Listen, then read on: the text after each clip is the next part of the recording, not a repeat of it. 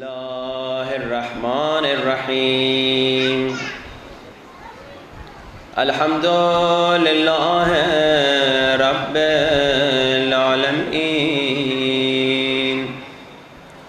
الحمد لله كما هو أهله والصلاة والسلام على أشرف الأنبياء والمرسلين وخاتم النبيين أبي القاسم محمد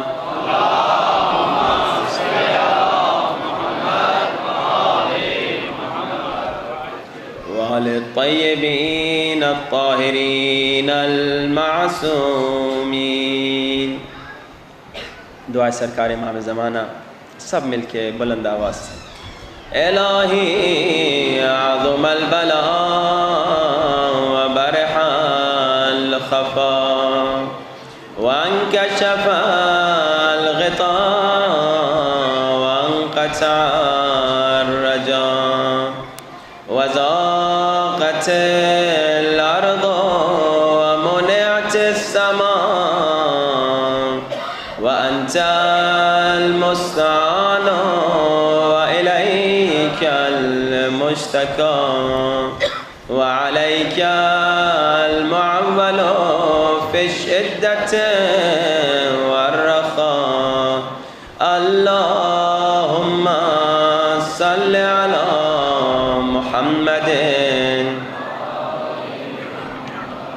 أولي الأمر الذين فرست علينا طاعتهم وعرفتنا بذلك منزلتهم ففرج عنا بحقهم فرجا عاجلا قريبا كلمح البصر أو هو أقرب. بلند آواز. يا محمد يا علي يا علي يا محمد يا علي يا علي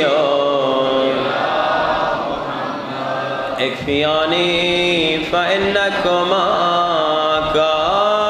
كافيان وانصراني فإنكما ناصران. يا مولانا يا صاحب الزمان الغوث الغوث أدركني أدركني الساعة الساعة العجل العجل العجل. يا أرحم الراحمين بحق محمد وآله الطاهرين. صلوات.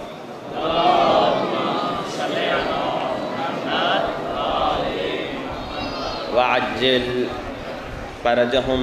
أما بعد فقد قال الله تبارك وتعالى في كتابه المجيد بقية الله خير لكم إن كنتم مؤمنين. بلند ترين صلوات.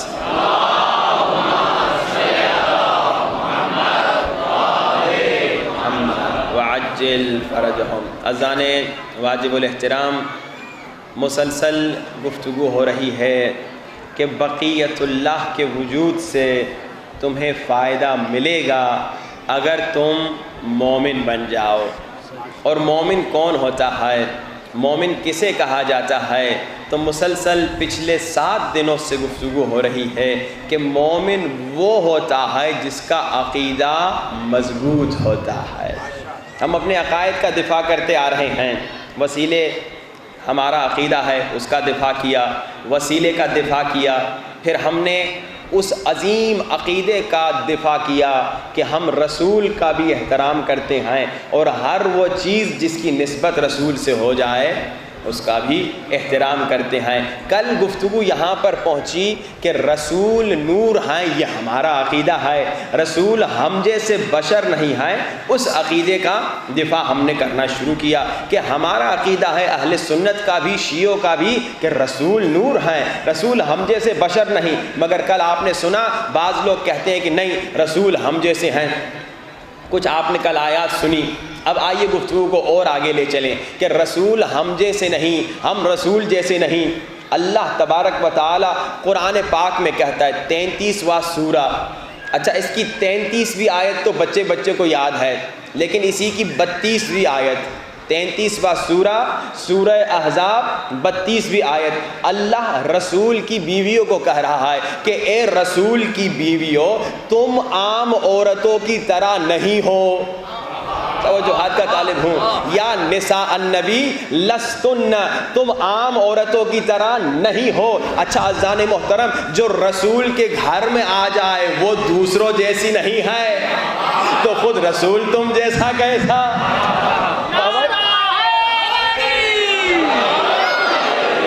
نساء النبی لستن کاحد من النساء، 33واں سورہ 32ویں آیت کہ اے نبی کی بیویوں اب جو تم نبی کی بیوی بن گئی ہو اب دوسری عورتوں کی طرح نہیں ہو۔ اب یہ بہت بڑی غلطی ہے جو لوگ رسول کو اپنے جیسے سمجھتے ہیں۔ مشہور و معروف واقعہ، ایک خاتون تھی رسول خدا کے اوپر کچرا پھینکا کرتی تھی، بچے کو یہ واقعہ یاد ہے، اسکولوں میں بھی آپ نے پڑھا ہے۔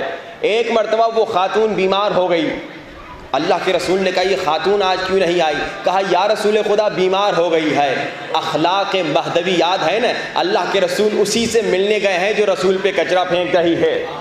اللہ کے رسول اس سے ملنے آئے، جب اللہ کے رسول ملنے آئے وہ کافر خاتون حیران ہو جاتی ہے، آپ مجھ سے ملنے آئے ہیں، آپ مجھ سے ملنے آئے ہیں، میں تو آپ کو اپنے جیسا سمجھتی تھی، توجہات کا طالب ہوں، میں تو آپ کو اپنے جیسا سمجھتی تھی، اب پتا چلا آپ میرے طرح نہیں ہیں، آپ میرے جیسے نہیں ہیں۔ بس یہ جملہ ہدیہ کرنا چاہتا ہوں، جب تک نبی کو اپنے جیسا سمجھی تو کافر رہی، جب سمجھ گئی نبی مجھ جیسا نہیں مسلمان ہو گئی۔ میں آپ کو اپنے جیسا سمجھتی تھی، اب پتا چلا آپ میرے جیسے نہیں ہیں۔ عزیزان محترم، ہم تو عام انسان ہیں، نبی بھی دیگر جتنے انبیاء ہیں رسول خدا کے علاوہ وہ بھی رسول جیسے نہیں ہو سکتے۔ آپ اٹھا کے دیکھیے قرآن پاک سورہ ضحیٰ، بسم اللہ الرحمن الرحیم، والضحیٰ واللیل اذا سجا ما ودعک ربک وما قلی وللآخرۃ خیر لک من الاولی ولسوف یعطیک ربک فترضی۔ اللہ قرآن پاک میں سورہ ضحیٰ میں کہہ رہا ہے اے میرے حبیب میں تمہیں اتنا دوں کہ تو مجھ سے راضی ہو جائے۔ اللہ نبی کو کہہ رہا ہے، ہمارے نبی کو کہہ رہا ہے، اپنے حبیب کو کہہ رہا ہے میں تمہیں اتنا دوں کہ تو مجھ سے راضی ہو جائے۔ اور اسی قرآن کو اٹھائیے سورہ طٰہٰ آیت نمبر 84، حضرت موسیٰ ایک کام میں انہوں نے جلدی کی، اللہ نے کہا اے موسیٰ تو نے جلدی کیوں کی؟ تو حضرت موسیٰ کہتے ہیں اجلت الیک رب لترضی، خدایا اس کام میں نے جلدی کی تو مجھ سے راضی ہو جائے۔ توجہات کا طالب، وہاں اللہ کہہ رہا ہے اے حبیب میں اتنا تمہیں دوں تو مجھ سے راضی ہو جائے، یہاں موسیٰ کہہ رہے میرے اللہ اس کام میں جلدی اس لیے کی کہ تو مجھ سے راضی ہو جائے۔ پھر اور آگے بڑھیے سورہ احقاف آیت نمبر 15، وہاں پر حضرت سلیمان نے کہا اے میرے اللہ ان اعمل صالحا ترضاہ، میرے اللہ مجھے کوئی عمل دکھا دے، کوئی عمل سکھا دے میں کروں تو مجھ سے راضی ہو جائے۔ یعنی موسیٰ کی تمنا اللہ راضی ہو جائے، سلیمان کی تمنا اللہ راضی ہو جائے، انبیاء کی تمنا اللہ راضی ہو جائے، اصحاب کی تمنا اللہ راضی ہو جائے، اللہ کی خواہش محمد راضی ہو جائے۔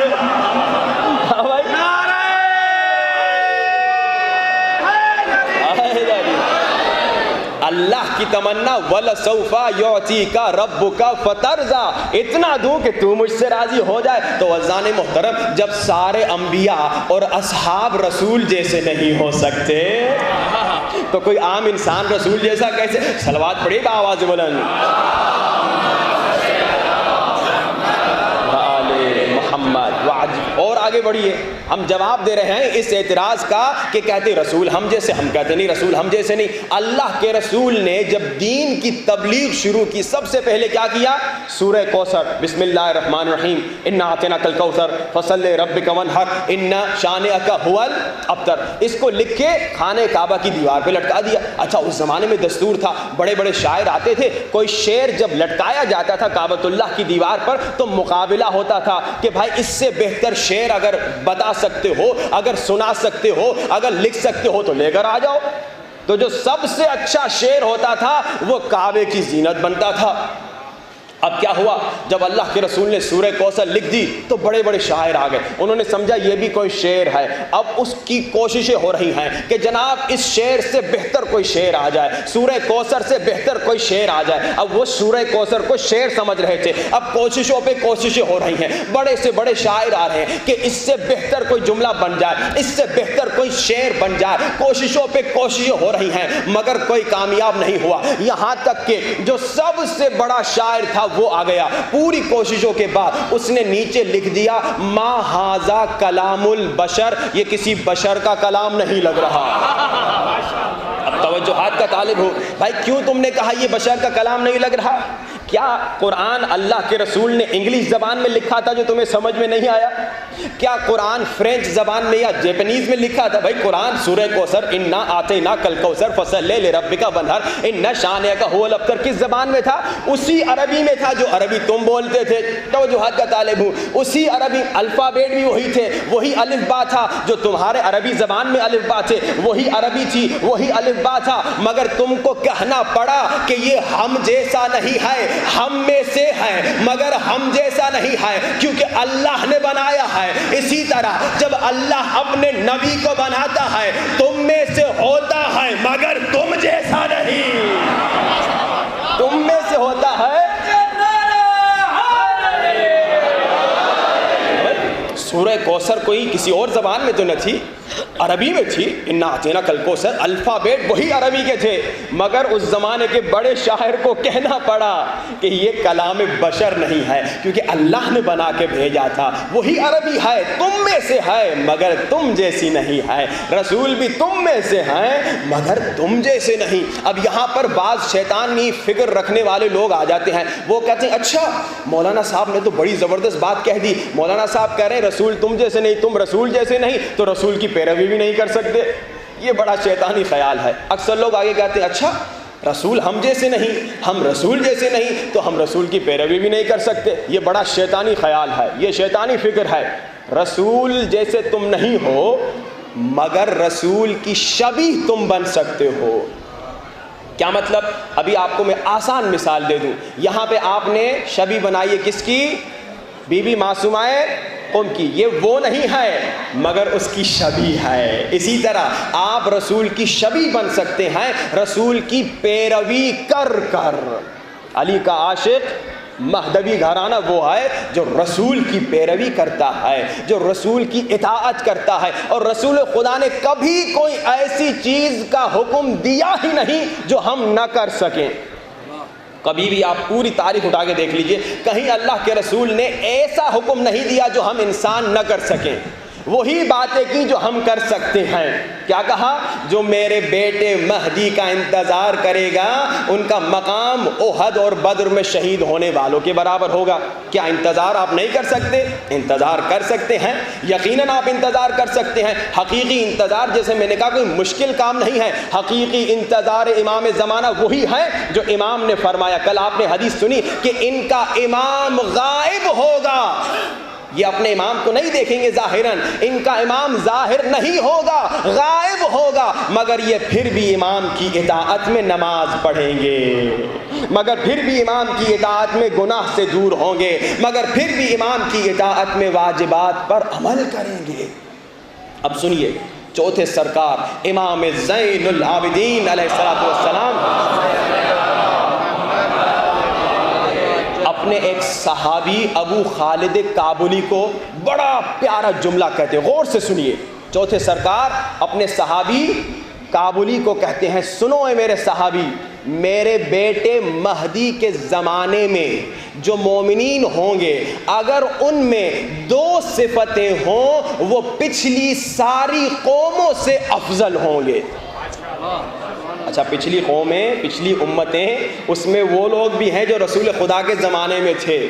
امام سجاد فرماتے ہیں میرے بیٹے مہدی کے زمانے میں رہنے والے مومنین میں اگر 2 صفتیں ہوں تو وہ پچھلی ساری قوموں سے، ساری امتوں سے بہتر اور افضل ہیں۔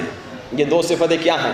اب آپ شاید یہ سوچیں کہ پتہ نہیں جو 1 لاکھ روپیہ صدقہ دے گا، ہاں بھائی آپ شاید یہ سمجھے جو جناب 1000 رکعت نماز پڑھے گا، نہیں، بہت آسان صفت ہے۔ میں نے کیا کہا، امام کو خوش کرنا بہت آسان ہے۔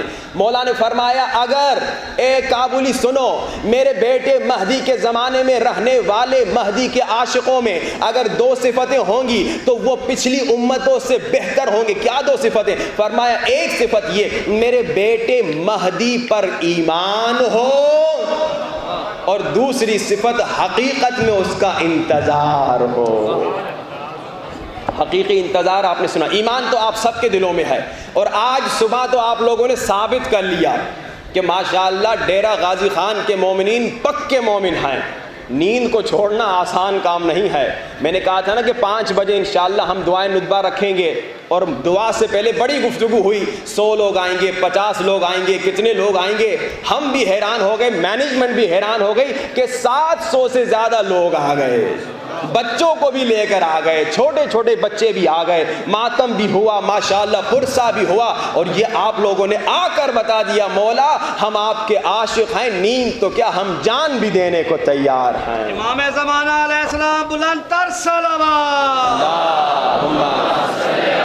محمد و آل محمد وعجل فجر۔ اور انشاءاللہ میں مینجمنٹ سے ریکویسٹ کرتا ہوں کہ کوشش کریں ہر جمعے کو یہاں پر دعائیں ندبہ کا انتظام شروع کر دیں، کہ جو آ سکتے ہیں آ جائیں اور ناشتہ ضرور کھلائیں، جو آ سکتے ہیں آ جائیں، اور جو نہیں آ سکتے وہ اپنے اپنے گھروں میں دعائیں ندبہ ہر روز پڑھیں، 5 منٹ پڑھیں، 10 ہم نے بھی پوری دعائیں ندبہ نہیں پڑھی، میں نے 1 گھنٹے کا وعدہ کیا تھا تو 1 گھنٹے میں 2-4 صفوں سے زیادہ نہیں پڑھ سکے، لمبی دعا ہے، مگر جتنی ہو سکتی ہے کم سے کم ہر جمعے کو آ کر ہم اتنا تو ثابت کریں کہ میں مولا کا انتظار کرنے والا ہوں، میں مولا کا چاہنے والا ہوں، میں مولا کا عاشق ہوں۔ تو امید ہے کہ انشاءاللہ مینجمنٹ یہ دعائیں ندبہ ہر جمعے کو یہاں انشاءاللہ ناشتے کے ساتھ شروع کرے گی، مومنین بھی آئیں گے، مومنات بھی آئیں گی، اور جو نہیں آ سکتے انشاءاللہ ہر جمعے کو اپنے گھروں کو مہدوی گھرانہ بناتے ہوئے دعائیں ندبہ امام زمانہ پڑھیں گے۔ اپنے بچوں کو سکھائیے۔ اور ایک دوسرا اعلان، 7 محرم کو جو بچوں کا کمپٹیشن ہوا تھا تو ایک مومن نے بڑا اچھا آئیڈیا دیا، انہوں نے کہا کہ آپ 5, 10, 15 چھوٹی چھوٹی دعائیں جو ہیں، زیارتیں جو امام زمانہ اجر اللہ تعالی فرج و شریف، صلوات پڑھیے،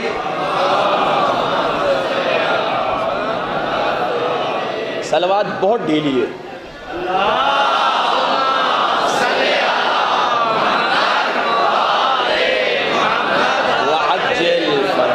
تو انہوں نے مشورہ بڑا اچھا دیا، انہوں نے کہا 5, 10, 15, 20 چھوٹی چھوٹی زیارتیں دعائیں امام زمانہ کی آپ ہمیں دے دیں، ہم پرنٹ کریں گے، 1000 کاپیاں بنا کے یہیں امام بارگاہ میں رکھ لیں گے، آئندہ سال 7 محرم تک انشاءاللہ 25 بچے اور 25 بچیاں جنہوں نے وہ ساری دعائیں انشاءاللہ یاد کی تو وہ مومن انشاءاللہ ان کو بہت بڑا گفٹ دیں گے، اور انشاءاللہ یہ ایک بہترین آپ کے پورے سال کے لیے پیکیج ہے کہ آپ صرف محرم کے 10 دن میں آ کے بھول نہ جائیں کہ بھائی موضوع ہی کیا تھا، گفتگو کیا ہوئی تھی، بلکہ پورا سال وہ انشاءاللہ میں ان کو مومنین کو دوں گا، وہ دعائیں پرنٹ ہوں گی، آپ لوگ آ کے لیجئے اور اپنے بچوں کو پورا سال مہدوی گھر بنائیے۔ بیٹا آؤ زیارت آل یاسین یاد کرو، بیٹا دعا الہی عظم الولا تو تم نے یاد کر لی، آؤ دعائے اللہم ارزقنا توفیق الطاعت ترجمے کے ساتھ یاد کرو۔ جب پورا سال آئندہ سال محرم کا آئے گا، جب آپ کا بیٹا فرش عزا پہ بیٹھے گا، جب مہدی یہ مولا کا نام سنے گا، اب آپ کا بیٹا بھی تڑپ تڑپ کے روئے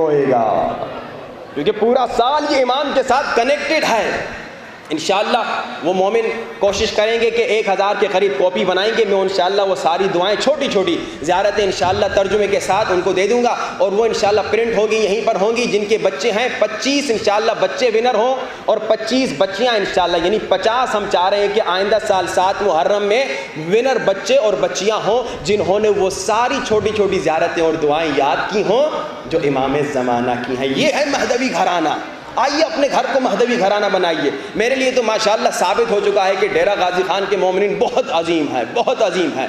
شروع میں آپ آئے ماشاءاللہ کرونا سے آپ نہیں ڈرے، پھر طوفان ہوا آپ طوفان سے نہیں ڈرے، پھر شیطان کہتا ہے سو جاؤ، صبح کی نیند بڑی مزیدار ہوتی ہے، مگر صبح کی نیند سے بھی آپ لڑ کر آ گئے. آپ نے کہا جہاں امام کا نام ہوگا وہاں ہم کسی چیز سے کمپرومائز نہیں کریں گے، امام کی خدمت میں چلے جائیں گے، عشق امام میں آگے بڑھیں گے. آپ ماشاءاللہ ثابت کر چکے ہیں کہ آپ کے دلوں میں مودت آ چکی ہے. ہائے دائی. مگر سنیے، یاد رکھیے، امام زمانہ کا عاشق، آپ نے کل سنا مہدوی گھرانہ کون سا گھر ہوتا ہے؟ جس میں اخلاق ہوتا ہے.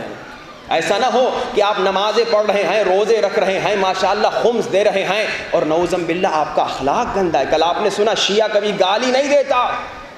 اور سنیے، کئی بیچارے لوگ آ کے شکایت کرتے، کبھی خواتین شکایت کرتی ہیں، کبھی مرد شکایت کرتے ہیں کہ ہمارا میاں یا ہماری بیوی بڑے نیک ہیں، بہت نمازیں روزے دار، مگر بد اخلاق ہیں. سنیے، یہ بد اخلاقی مہدوی گھرانے میں نہیں ہوتی. مہدوی گھرانے کا مرد خوش اخلاق ہوتا ہے، اچھے اخلاق والا ہوتا ہے. مہدوی گھرانے کا بچہ خوش اخلاق ہوتا ہے، اچھے اخلاق والا ہوتا ہے. مہدوی گھرانے کی عورت، خاتون، بیوی اچھے اخلاق والی ہوتی ہے. مہدوی گھرانے کی لڑکی بھی اچھے اخلاق والی ہوتی ہے. اور سنیے، بہت بڑے عالم کا واقعہ ہے. کہتے ہیں ایک مرتبہ بہت بڑے عالم آیت اللہ پہلوانی ان کا نام ہے، گزر چکے ہیں. کہتے ہیں ایک مرتبہ میں گھر میں تھوڑا تیز ہو گیا، غصہ نہیں کیا، بد اخلاقی نہیں کی، بدتمیزی نہیں کی، لیکن فیملی میں انسان تھے، تھوڑا سا تیز ہو گیا، جس میں نہ گالی تھی نہ بدتمیزی تھی، کچھ نہیں، بس تھوڑا سا تیز ہو گیا بات کرنے میں.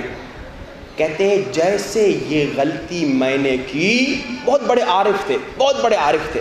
کہتے ہیں جیسے میں تھوڑا فیملی میں، گھر میں بھی بچوں کے ساتھ تیز ہو گیا بات کرنے میں. تیز ہونے سے مراد یہ نہیں کہ تیز بات کرنے لگا، یعنی تھوڑا سا، یعنی ڈانٹ دیا ہلکا سا. کہتے ہیں ہلکا سا میں نے ڈانٹ دیا تو مجھے اسی دن اشارہ ملا، اے پہلوانی، 20 سال جو تم نے گریہ کیا، 20 سال جو تم نے عبادت کی، وہ ساری تباہ ہو گئی. اب وہ جو بیوی کو ڈانٹتا ہے یا بدتمیزی کرتا ہے، یا وہ بیوی جو مرد کے ساتھ بدتمیزی کرتی ہے، وہ سن لے.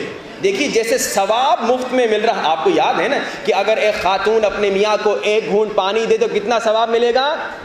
1 سال کے روزے کا، 1 سال کی نماز کا. ایک مرد اپنی بیوی کو مدد کر رہا ہے تو کتنا ثواب ملے گا گھر میں؟ 1 سال کی نماز، کتنا آسانی سے ثواب مل رہا ہے. اسی طرح اگر آپ نے غلطی کی، بیوی کو ڈانٹ دیا یا بیوی نے بدتمیزی کی میاں سے، تو اسی طرح تیزی سے ثواب ختم ہو جاتا ہے. آیت اللہ پہلوانی کہہ رہے ہیں کہ بھائی تھوڑا سا ہلکا سا ڈانٹ دیا، گالی بھی نہیں تھی، بدتمیزی بھی نہیں تھی، کچھ بد اخلاقی بھی نہیں تھی، ہلکا سا تیز ہو گیا تو کیا ہوا؟ میری 20 سال کی نماز، رونا، گریہ زاری، عبادت سب ختم ہو گئی.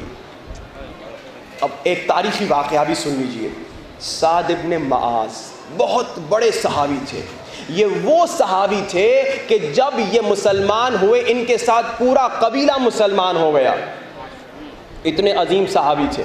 یہ وہ عظیم صحابی تھے، بعض روایتوں کے مطابق جنگ احد میں جب اکثر لوگ رسول خدا کو چھوڑ گئے، مولا علی تھے، یہ مولا علی کے ساتھ رسول کا دفاع کر رہے تھے. اتنے عظیم صحابی تھے. اب سنیے ان کے فضائل.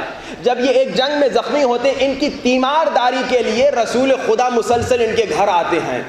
جس کا خیال کرنے رسول آئے وہ کتنا عظیم ہوگا. سعد ابن معاذ سنی. اور جب یہ شہید ہو جاتے ہیں، رسول خدا ننگے پیر اور بغیر عبا کے ان کے جنازے میں آتے ہیں.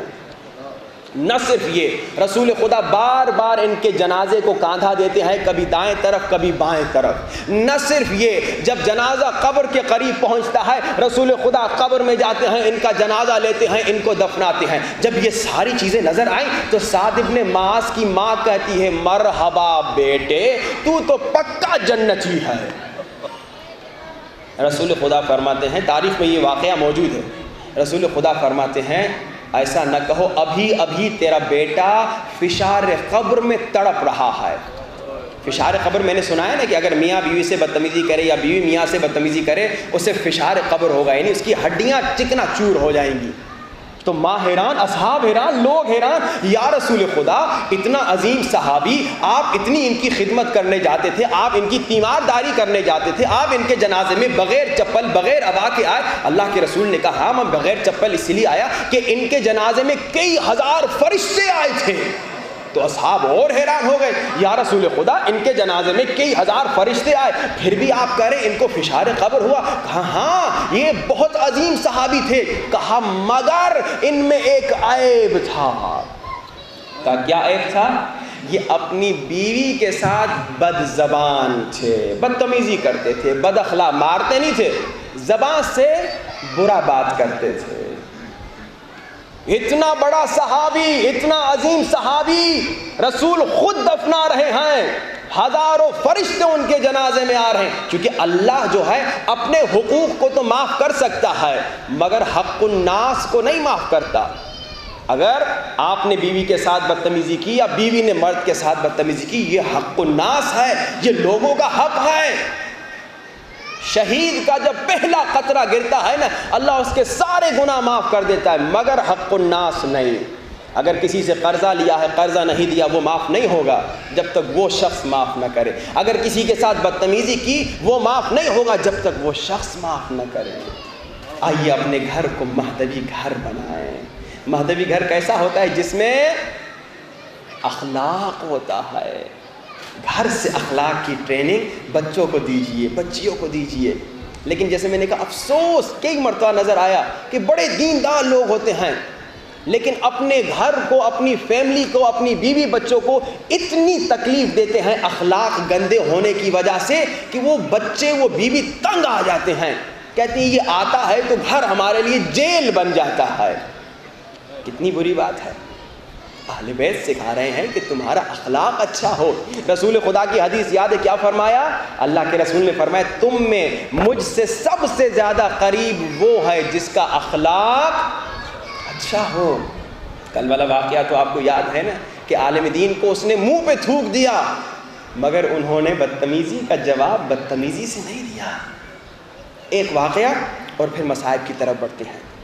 ایک بہت بڑے عارف ہیں سید علی قاضی، مر چکے ہیں، یہ امام خمینی کے استاد کے بھی استاد تھے، آیت اللہ بہجت کے بھی استاد تھے، بہت بڑے آیت اللہ سید علی قاضی۔ ابھی جو میں عارف کہہ رہا ہوں، علم عرفان ایک بہت بڑا علم ہے۔ علم عرفان کی میں صرف آپ کو آسان بچے بھی سمجھ جائیں، علم عرفان وہ علم ہے کہ اگر آپ کو مل جائے، یہاں ایک سیکنڈ میں، یہاں ڈیرہ غازی خان میں آپ بیٹھے ہیں، ایک سیکنڈ میں آپ کربلا پہنچ سکتے ہیں۔ بڑا علم ہے، بہت وسیع علم ہے، علم عرفان بہت عظیم علم ہے۔ اب سید علی قاضی امام خمینی کے استاد کے بھی استاد، آیت اللہ بہجت کے بھی استاد، علامہ طباطبائی کے بھی استاد، ملکی بزرگ علماء کے استاد۔ ان کے ایک شاگرد تھے سید ہاشم حداد۔ اخلاق یاد رکھیے، مہدوی گھرانے میں کیا ہوتا ہے؟ اخلاق ہوتا ہے۔ سید ہاشم حداد بہت محنتی طالب علم تھے اور بہت بڑے عارف بنے بعد میں، مگر یہ بتاتے ہیں ان کی لائف میں ایک پرابلم تھی۔ پرابلم کیا تھی؟ ان کی ساس بہت بدتمیز تھی۔ ہوتا ہے کبھی ساس بدتمیز ہوتی ہے، کبھی سسر، کبھی داماد، کبھی بھاؤ۔ تو ان کی ساس بہت بے ادب تھی، اتنی تکلیف دیتی تھی، اور یہ ساتھ رہتے تھے، اتنی بے ادب تھی کہ ایک مرتبہ سید ہاشم حداد نے کہا میں نے سوچا میں بیوی کو طلاق دے دوں کیونکہ اس کی ماں تو میری زندگی تباہ کر رہی ہے۔ سید ہاشم حداد اپنے استاد کے پاس جاتے ہیں، کن کے پاس؟ سید علی قاضی کے پاس۔ کہتے ہیں کہ سید علی قاضی یہ زندگی میری تباہ کر چکی ہے، میری ساس گالی پہ گالی، بد زبان، بدتمیزی، اب تو میں برداشت نہیں کر سکتا، اسی لیے میں بیوی کو طلاق دینا چاہتا ہوں۔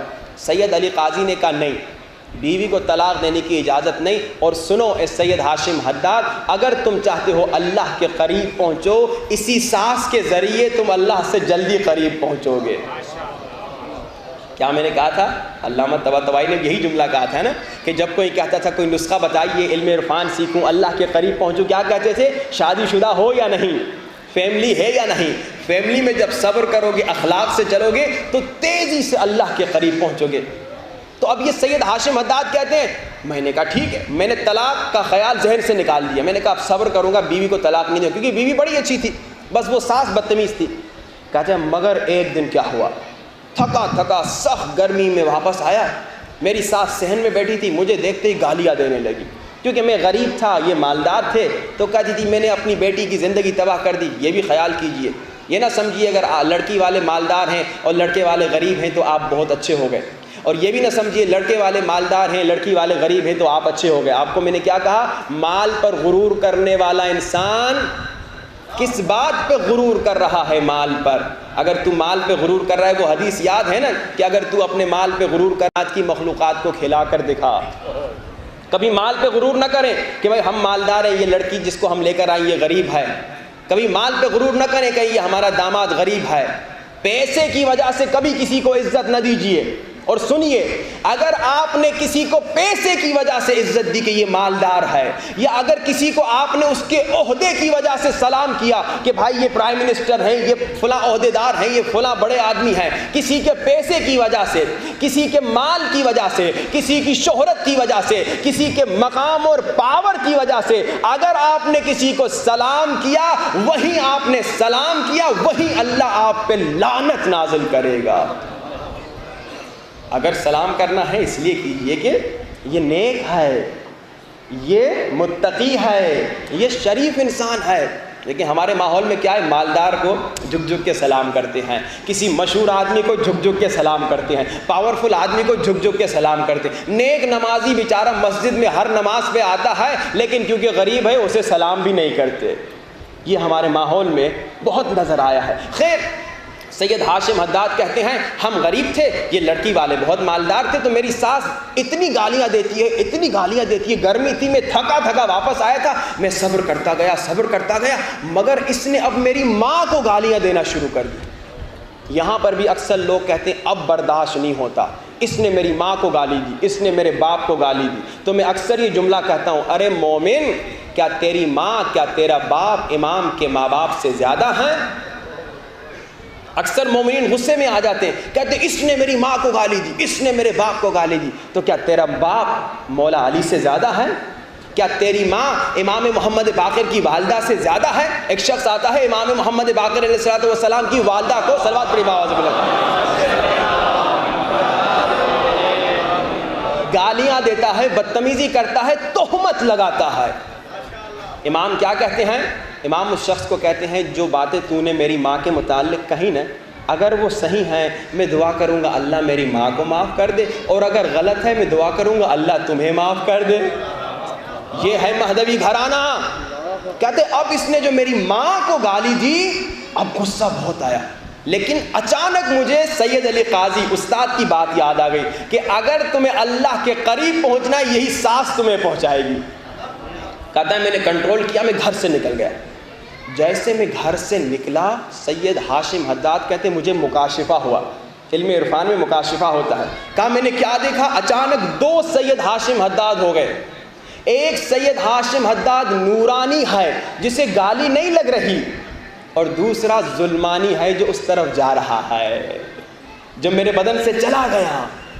اور یہ سید ہاشم حداد کہتے ہیں یہ وہ مقام ہے علم عرفان میں جو 20 سال 30 سال کی محنت کے بعد ملتا ہے کہ آپ اپنا باطن دیکھ لیں۔ کہتے ہیں جیسے میں نے یہ دیکھا میں دوڑتا ہوا گھر واپس گیا اور میں نے ساس کے ہاتھ چومنا شروع کر دیے۔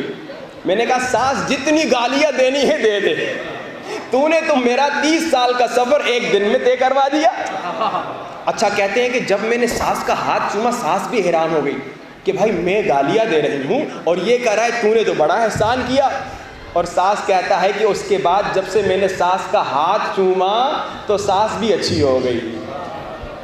یہ جو گھر میں جھگڑے ہوتے ہیں نا، اس کی ایک وجہ یہ ہے کہ ہم ساس کو اپنی ماں نہیں سمجھتے، ہم ساس کو ساس سمجھتے ہیں، تبھی جھگڑے ہوتے ہیں۔ ایک واقعہ اور بھی سنا دوں اگر آپ تھک گئے ہیں تو بلند ترین صلوات۔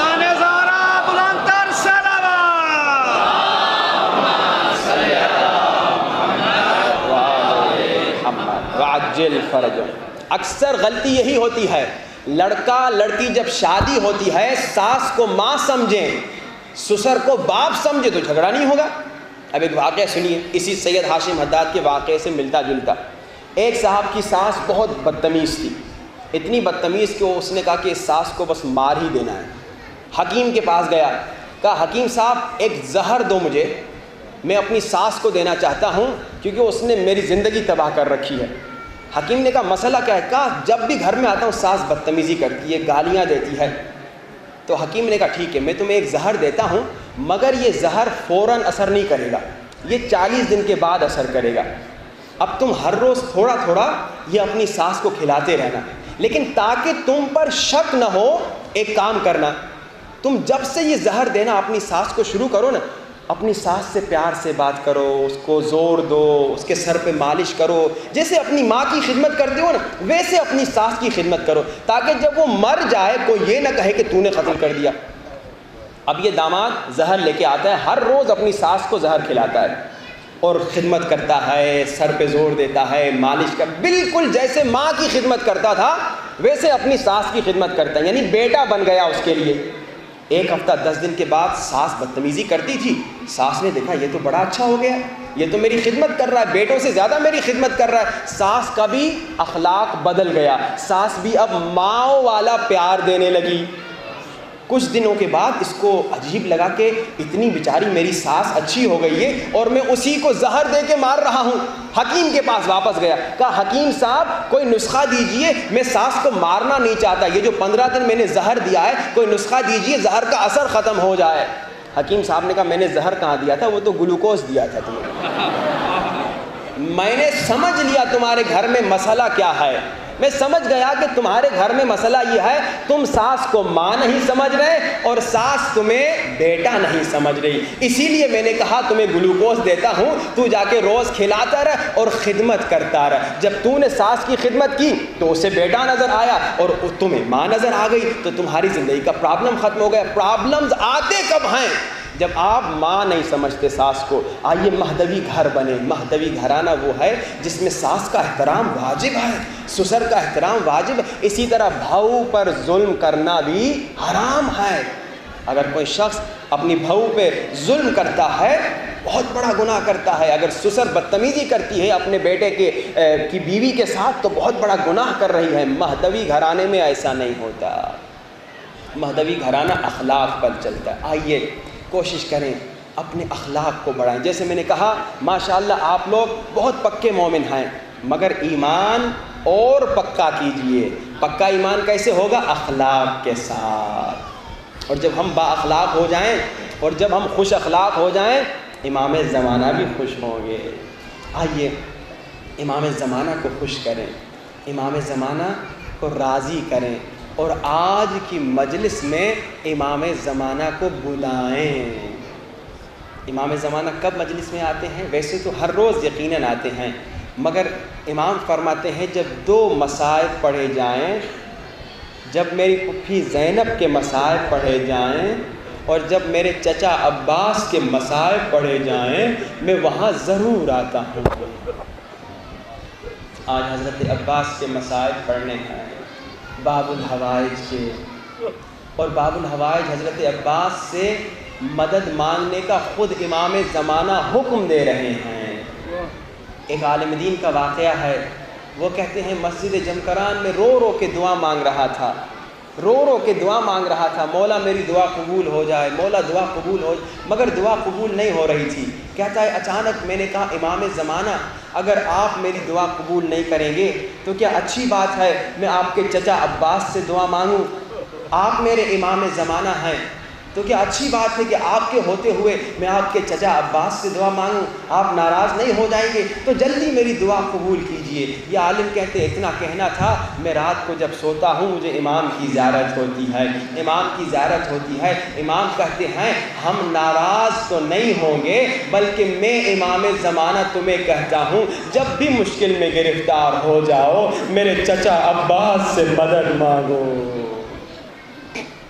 ہم ناراض نہیں ہوں گے بلکہ میں امام زمانہ کہہ رہا ہوں کہ جب بھی مشکل میں گرفتار ہو جاؤ میرے چچا عباس سے مدد مانگو۔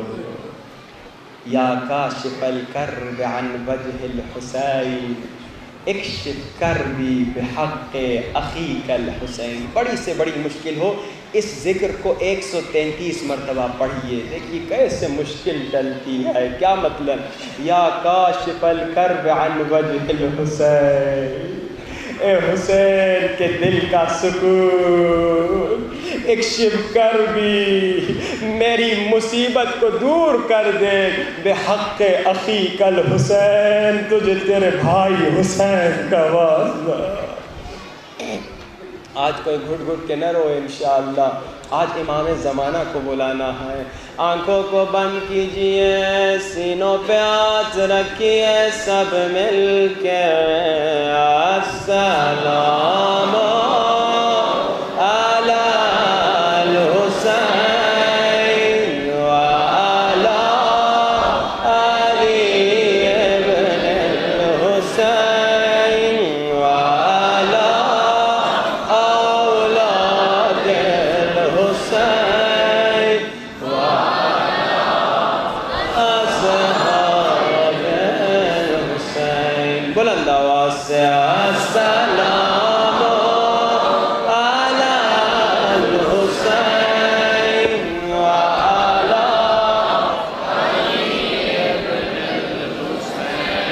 وعلی اولاد الحسین وعلی حسین۔ میرے مولا یا حسین جان، میرے مولا یا حسین جان، میرے مولا یا حسین جان، میرے مولا یا حسین جان، میرے مولا یا حسین جان۔ بلند آواز سے میرے مولا یا حسین جان، میرے مولا یا حسین جان، میرے مولا یا حسین جان، میرے مولا یا حسین جان۔ عباس کی ماں بی بی ام البنین 4 قبریں بناتی تھیں، اور پھر 5ویں قبر بنا کر رو کر کہتی تھی، میرے بیٹوں میں تم پر نہیں رہوں گی، کیونکہ تمہاری اماں زندہ ہے۔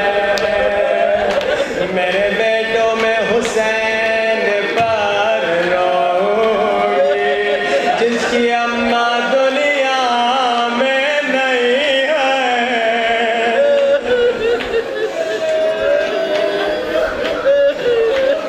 عزاداروں، علماء پڑھتے ہیں عباس کی ماں ام البنین جب سادات کا لٹا ہوا قافلہ واپس آیا، ایک ایک بیوی کے گھر پہ جاتی تھی، ہاتھ جوڑ کر کہتی تھی، بیوی مجھے معاف کیجیے،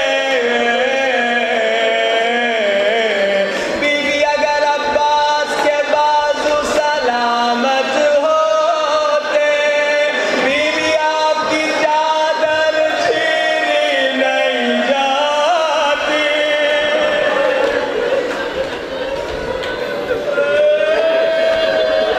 مگر عزاداروں، ایک بیوی کے پاس جب بیوی ام البنین جاتی تھی، خود نہیں جاتی تھی، عباس کے بیٹوں کو بھیجتی تھی اور رو کر کہتی تھی، بیوی مجھے معاف کرنا، اگر عباس کے بازو ہوتے تیرا اصغر بچ جاتا بیوی۔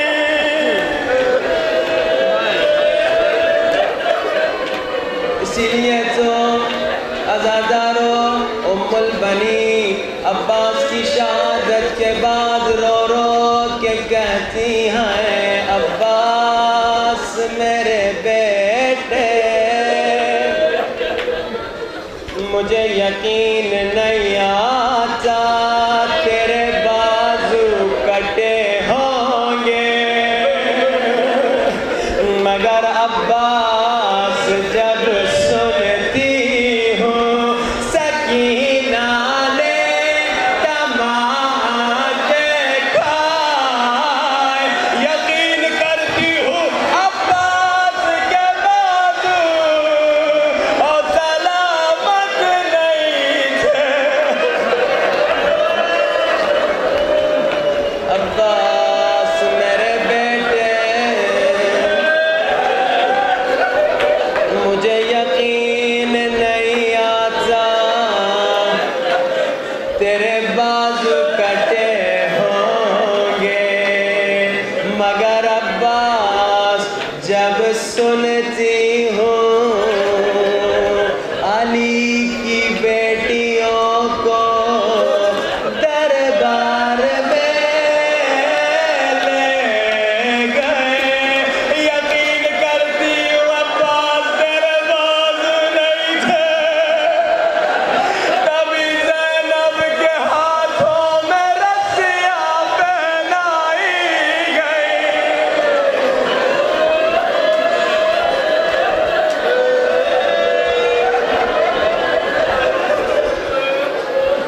آج کوئی گھٹ گھٹ کے نہ روئے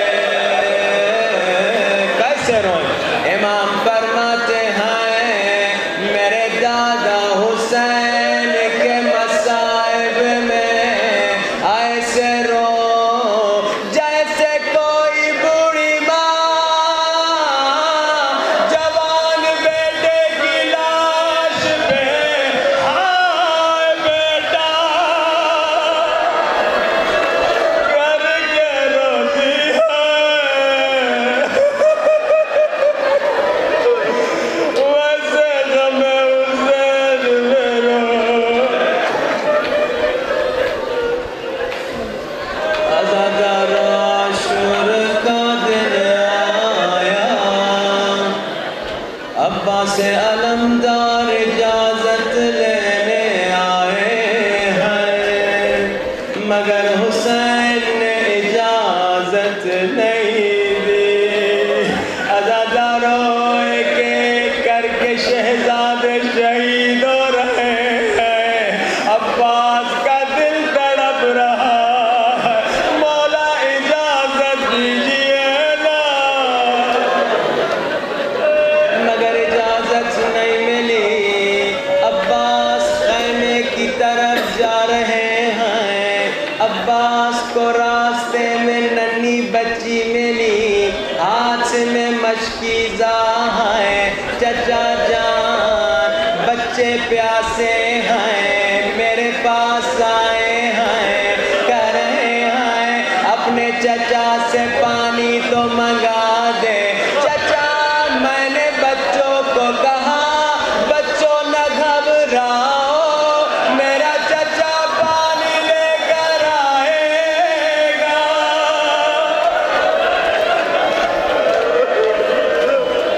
عباس کی دعا قبول ہو گئی سکینہ کو گود میں اٹھایا ہاتھ میں مشکیزہ لیا مولا حسین کے پاس آئے مجھے نہیں معلوم شاید حسین نے دل میں سکینہ کو کہا ہو سکینہ آج چچا کو ہائے میدان بھیج رہی ہو مگر کل جب شمر تماچا مارے گا جب ظالم تازیانہ مارے گا چچا کو رو رو کے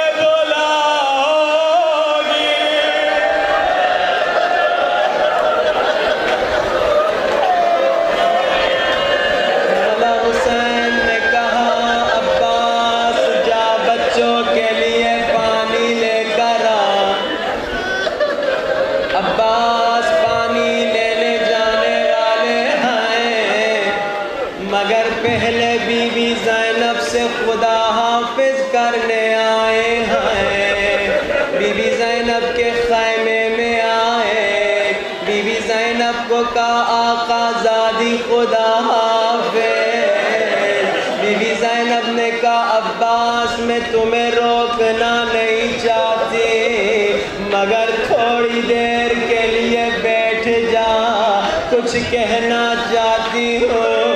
عباس ادب سے بیٹھ گئے، عزادارو غیرت مندو، بی بی زینب نے کہا عباس ایک دن جب بابا علی کی حکومت تھی، جب بابا گھر واپس آئے، میرے ہاتھوں کا بوسہ لے کے رو رہے تھے، میرے سر کا بوسہ لے کے رو رہے تھے، میں نے پوچھا بابا کیوں رو رہے ہیں؟ بابا کے گریے میں اضافہ ہوا، بابا نے کہا زینب یہی کوفہ ہوگا، ہائے تمہیں کھلے سر بازاروں میں پھرا۔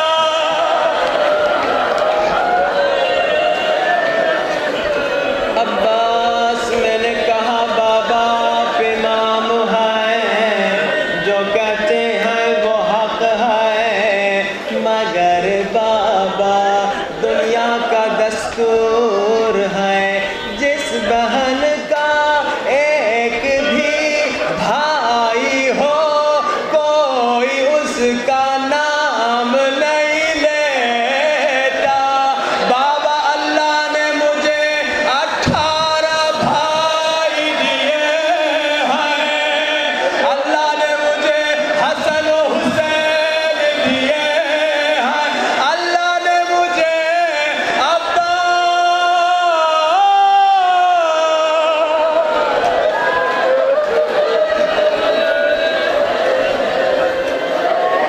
مگر عباس بابا نے کہا زینب تب نہ حسن رہیں گے نہ حسین رہیں گے نہ عباس رہیں گے۔ عزادارو بی بی زینب نے کیسے خدا حافظ کیا ہوگا؟ شاید کہا ہوگا خدا حافظ عباس، میں سمجھ گئی میرے ہاتھوں میں رسیاں پہننے کا وقت قریب ہے۔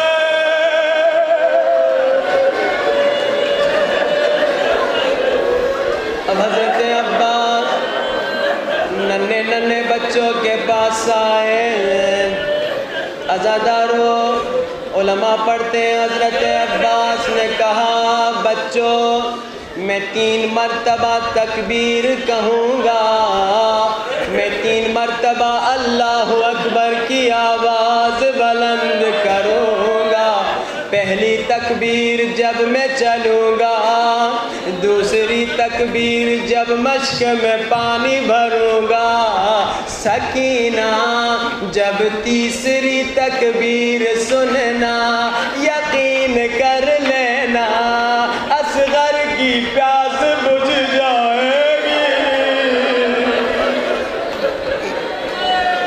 عزادارو اب عباس جانے لگے، آواز دی اللہ اکبر، شاید سکینہ اصغر کے خیمے میں گئی ہو، اصغر کے جھولے کو ہلایا ہو، اصغر تھوڑی دیر کی بات ہے چچا پانی لینے گئے ہیں۔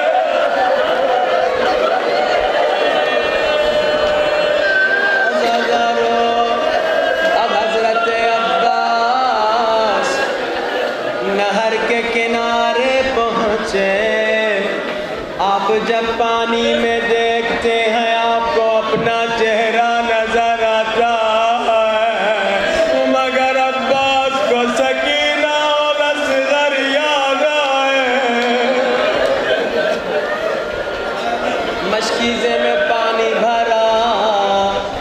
دوسری آواز بلند ہوئی اللہ اکبر، سکینہ اور بھی خوش ہوئی، مگر ہائے عزادارو بہت دیر ہو گئی، مگر تیسری تکبیر نہ آئی۔ سکینہ پریشان ہے، تیسری اللہ اکبر کی آواز نہیں آ رہی، ظالموں نے کہا پانی خیمے تک نہ جانے دو، ایک ظالم نے ایک ہاتھ قلم کیا، دوسرے ظالم نے دوسرا بازو قلم کیا، سکینہ نے دیکھا علم کبھی دائیں علم کبھی بائیں، سکینہ نے کہا بچوں کوزوں کو زمین پہ رکھو، ہاتھوں کو بلند کرو، اللہ میرا چچا بچ جائے۔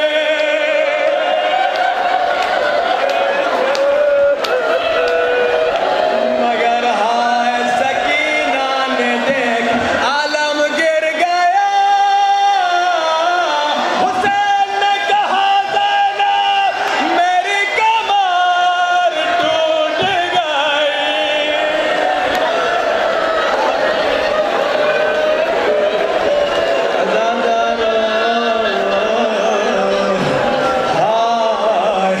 اب عباس نے دانتوں سے مشکیزوں کو پکڑا ہے، آسماں کی